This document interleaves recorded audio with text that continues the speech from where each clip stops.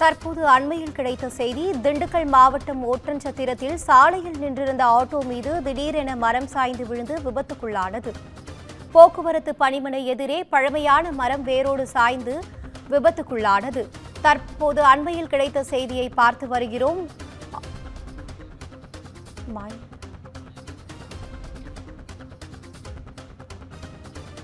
இது குறித்த கூடுதல் விவரங்களோடு இணைகிறார் நமது செய்தியாளர் மாயவன். வணக்கம் மாயவன், கூடுதல் விவரங்களை பகிர்ந்து கொள்ளலாம்.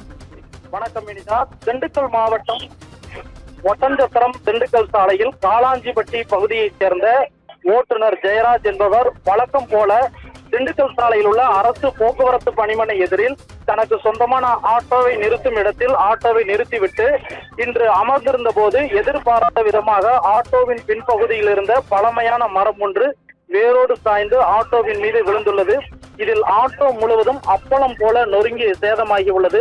மேலும் ஆட்டோவுக்குள் இருந்த ஜெயராஜ் என்பவர் மார்பு மற்றும் இடுப்பு பகுதியில் பலத்த காயங்களுடன் அருகில் இருந்தவர்களால் மீட்கப்பட்டு உடனடியாக ஒட்டன்சத்திரம் அரசு மருத்துவமனைக்கு முதல் சிகிச்சைக்காக அனுமதிக்கப்பட்டுள்ளார். பின்னர் மேல் சிகிச்சைக்காக திண்டுக்கல்லில் உள்ள அரசு தலைமை மருத்துவமனைக்கு கொண்டு செல்லப்பட்டுள்ளனர்.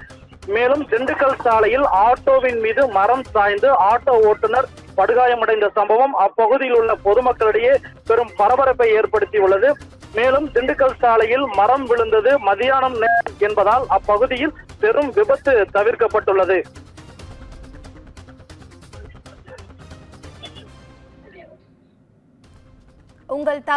உங்கள் தகவல்களுக்கு நன்றி மாயவன்.